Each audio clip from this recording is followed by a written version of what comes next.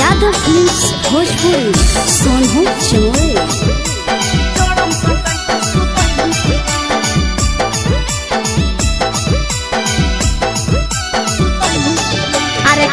हिलो लाला टपैले रे बोरे से मुहा फुलैले रे काहे हिलो लाला टपैले रे बोरे से मुहा फुलैले रे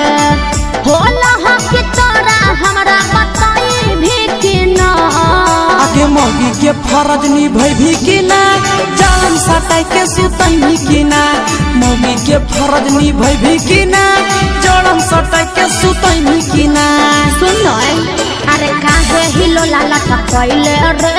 बोरे से मुहा फुलैले रे काहे हिलो लाला टपैले रे बोरे से मुहा फुलैले रे होला हो कि तोरा हमरा बताई भी कि ना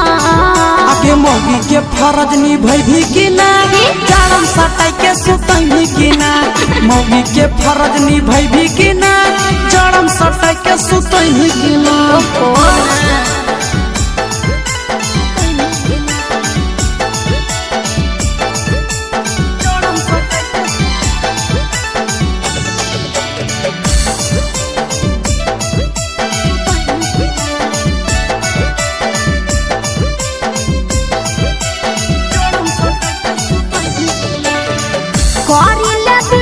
बाबू से हमर कह के रहे नहीं पारबो हमें ठंडिया बसाह के अरे बुझ बात करिले बिहार छाड़ा बाबू से हमर कह के रहे नहीं पारबो हमें ठंडिया बसाह के हे रे करे लगी बात बाबू से जाई भी कि ना करे लगी बात घर मोर जाई भी कि ना आगे मौगी के फरज निभै भी कि ना जारम सटाई के सुतई भी कि ना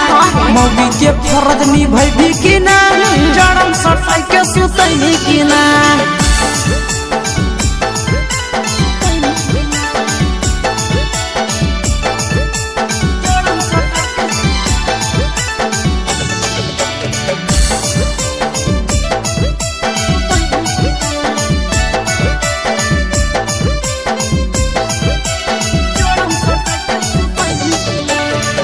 करी देव दुख दूर तोरा आशीष नंदन रे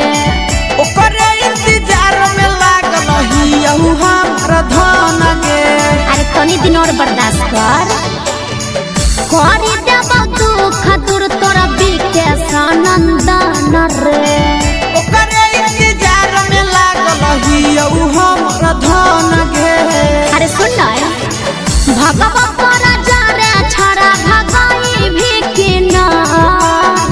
भगवा तोरा जारे छड़ा भगाई भी कि ना आगे मौगी के फरज निभै भी कि ना जारम सटाई के सुतई भी कि ना मौगी के फरज निभै भी कि ना जारम सटाई के सुतई भी कि ना अरे शादी तो होई दे।